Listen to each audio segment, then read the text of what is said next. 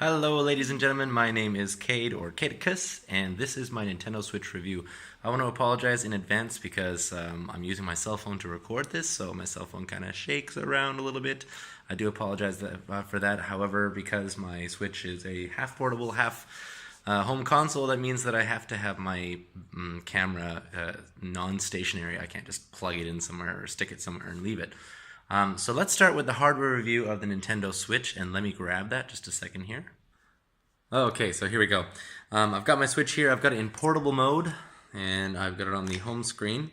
Let's have a look here. So this is the Nintendo Switch right here, and for a size comparison, what does this amount to? It's about 8 or 9 inches long. The screen is 6.2 inches diagonally. It's thin. I mean, it's not as thin as a cell phone, but I mean, for a game system, it's pretty thin. It's about the same thickness as a Vita, maybe a little bit thicker with the shoulder buttons. But aside from that, it's very nice to hold. Actually, if you're an old guy like me and you've played a lot of portable systems, then you might remember the Atari Lynx from way back in 1989. Oh, that was a long time ago. It really feels a lot like an Atari Lynx in the hands. I mean, the Atari Lynx was a long system. Of course, the screen wasn't quite as large as this, but the system was huge. It was really long, and so is this one. It is very long. But of course, with this, you can take off the Joy-Con controllers. Let's just do that right now. You don't want to see me. You want to see the system. Okay. I'm going to try to, work some magic with my camera. So I press the button in the back, and I wiggle it out. Okay, there's a Joy-Con. Before I actually played with the Switch, I didn't really know how to feel about the Joy-Cons because I heard that they were really small, and I also heard that they were bigger than people thought or whatever. They're pretty small, but they're not terrible. You can play them a bunch of different ways. You've probably seen other reviews that say you can. Hold on, I'm gonna stick my camera. That's terrible. I can't put it anywhere. I want to stick my phone down so I can show you. But you can hold it sideways and kind of like play it like this, and other hand with the buttons and stuff like that. So you can play multiplayer games, 2 players on the same system using the Joy-Cons that come with it. You already know all this stuff.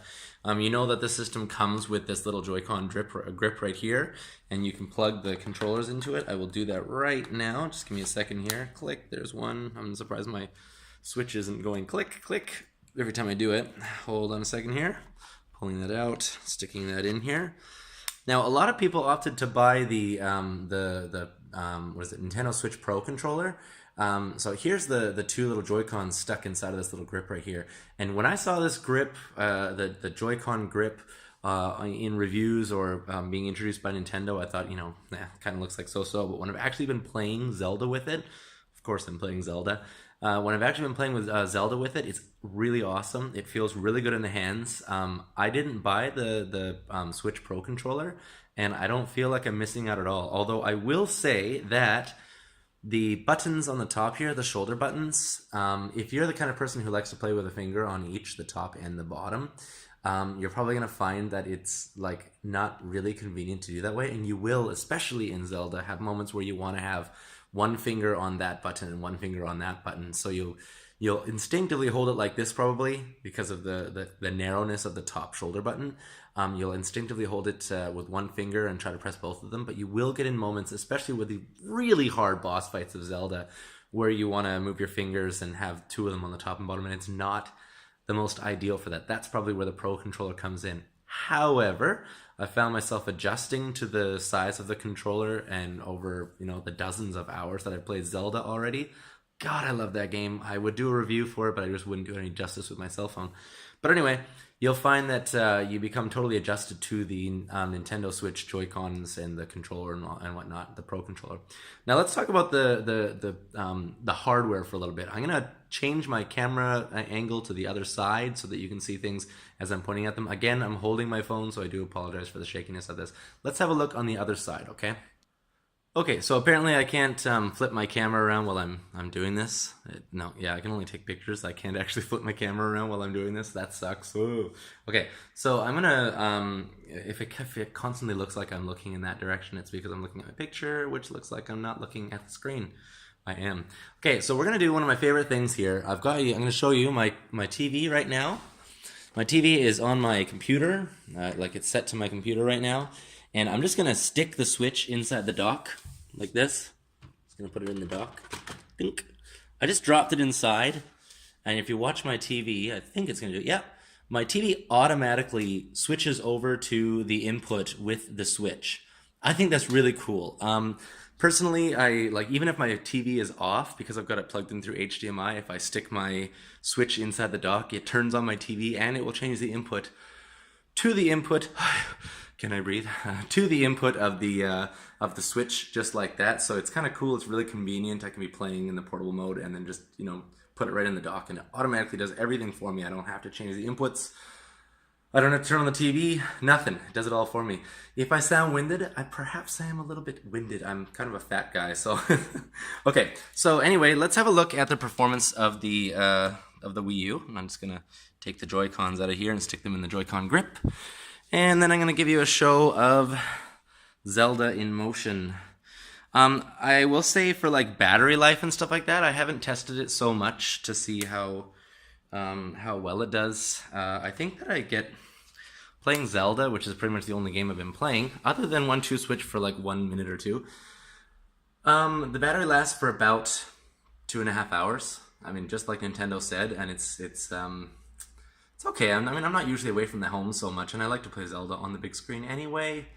So the portable mode really isn't that bad.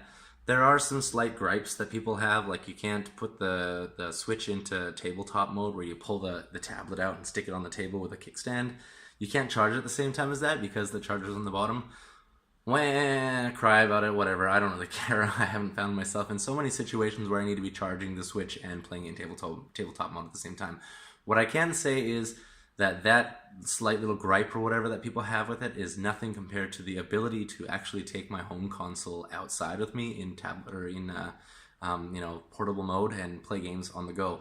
I did actually bring 1-2 Switch to a restaurant with some dudes, and like I didn't even know them. They worked there, and I just started playing 1-2 Switch with them. So that was kind of weird, but it was cool. Like it was one of those weird situations that you wouldn't have with like an NDS or a 3DS or a Vita or even a home console. You're not exactly just going to suddenly start playing like a multiplayer game with people you like just met. So it was really cool. It was really cool. As for performance, okay, let's get back onto like, paying attention here. I'm going to turn the camera around physically because there is no camera switch button here. And I'm going to show you a little bit of Zelda in motion. Here we go. So here's Zelda in motion. Right now I'm playing on a 55-inch TV with, it's a 4K TV, but we're playing in 1080p, of course. The game, I think, runs at 980p. I'm playing this backwards, like I'm watching my phone while I play this, so if it looks like I suck, then, you know why. Go the other way. Link, what are you doing? Stop it. I don't know what I'm doing. But anyway, you see it looks nice, it runs nice. I don't know if my camera, if the colors on the colors on my phone camera are not doing this thing any justice at all. It looks all green on there, but it doesn't look like that in real life. I will say the performance is really quite impressive because the processor in the Nintendo Switch is an NVIDIA Tegra X1. It's a mobile chip, and it's last year's mobile chip. But being able to play such a humongous game like Zelda on like what is essentially a mobile processor, if anything, that's really shown me that mobile processors have really come a long way. I actually wonder what could be done with like an actual cell phone, a processor or something like the Mali chips or whatever that are in like the Snapdragons and stuff like that. I really wonder what they could do if they were pushed to the max. The big thing is like the huge difference between the Switch being a portable and cell phones and whatnot is that cell phones are made to be cell phones first, and they are made to like play games that are mostly touchscreen. So you don't really see the kind of games like we don't really see what those chips or those processors could do. But with the Switch, it's like a prime showcase that mobile processors have come a long way, and the graphics on the Switch are really nice looking. Now, granted, I've only played Zelda and 1-2 Switch. 1-2 Switch has literally no graphics to it whatsoever. Like, it's got some images and it's got some videos that it plays to show you how to play, but it's got nothing graphically going on. But Zelda Breath of the Wild has a lot going on. I mean, you look at the video here, you can see the grass moving, you can see his hair moving. This is because it's windy. You get to an area where it's not so windy and suddenly all that stuff slows down. It also shows you the direction that the wind is blowing, and all of the stuff is blowing in that direction. It's crazy. There's a lot of graphical stuff happening, and I'm quite impressed by that element of the Switch. So anyway, my Summary of the review is I've had the Switch for 4 days or 5 days since the first day of launch. I paid $500 for it because I bought it online because I'm living in China. Oh my god. But aside from that, I think it's a wonderful system. I'm very happy to be playing Zelda with it. I mean, I'd say the biggest problem with the Switch right now is the lack of big name titles on it. However, Nintendo claims that there's a lot of indie support going on that's about to happen. I'm really looking forward to playing Stardew Valley on it. Anyway, that's my review. My family's home. Things are going to get loud, so I hope you guys enjoyed watching my review. And if you like it, then click like below. If you don't like it, then click don't like below. I know, whatever. And if you have the chance, subscribe to my channel. Thank you for watching, and see you guys next time. This is Caedicus, and I'm out.